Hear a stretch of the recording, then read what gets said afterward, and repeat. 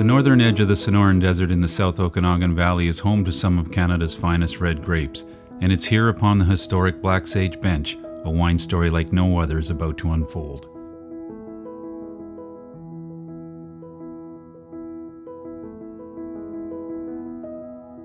This morning I'm meeting winery president Ingo Grady and his team to learn more about this formidable project.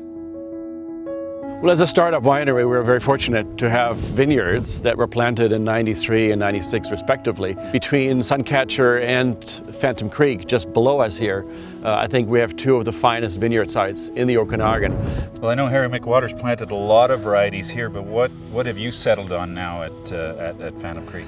Well, Harry's name comes up a lot. He is one of the great pioneers of the Okanagan Valley wine community, and he was the first to plant the Bordeaux varieties. Tony, when we're talking about the Phantom Creek Vineyard, it's just a tiny 7-acre parcel, but over the years, it's won numerous Best Red Wine in Canada honors. So again, we're so fortunate being a startup winery, we had to name the winery Phantom Creek after the home vineyard that is so pedigreed. Ross Weiss is Phantom Creek's winemaker, and I spoke to him about the differences between the upper and lower vineyard sites. Well, on the Black Sage Bench, the soils are all very uniform, so we have the same sand and gravel throughout. But in actual fact, there's 2 terraces on the Black Sage Bench which have very unique differences. They both face the west, so they get the evening sun, which is great for Bordeaux Reds and Syrah. But that elevation difference, I find that brings much different characters. Here we can be 2 degrees cooler than the Phantom Creek vineyard, so the Suncatcher wines tend to have more freshness, purity, whereas the Phantom Creek wines have ripeness, richness, weight. Which explains Merlot and Syrah then, I guess. Exactly, it works perfectly between the 2 varieties. Yeah,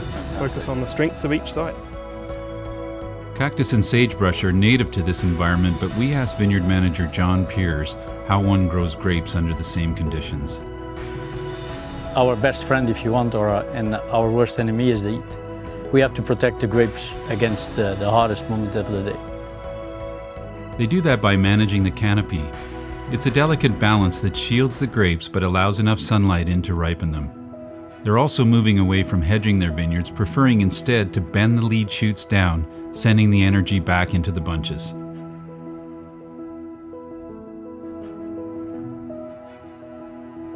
Precision irrigation is another key viticultural tool. Not only does it conserve water, but it results in smaller berries and pure natural flavors.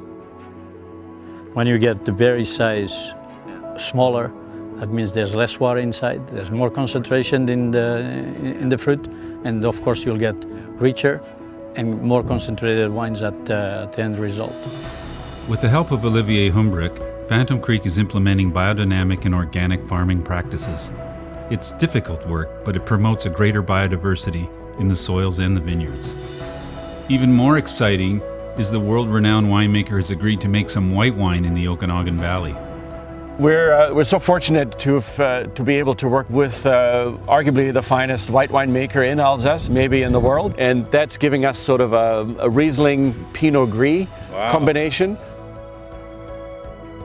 Humbrick and the Phantom Creek team share an old world tenet, a healthy respect for sense of place, or making wines that taste of the place they're grown. This is not old world or new world.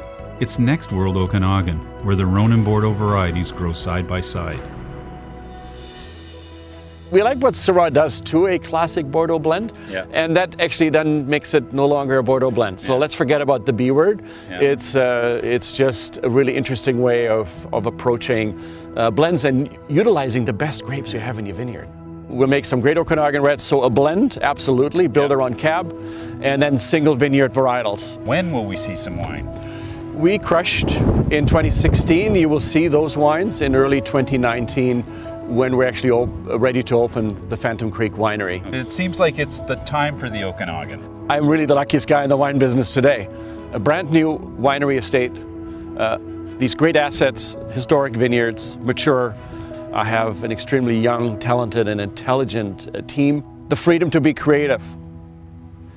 You couldn't ask for more in the wine business.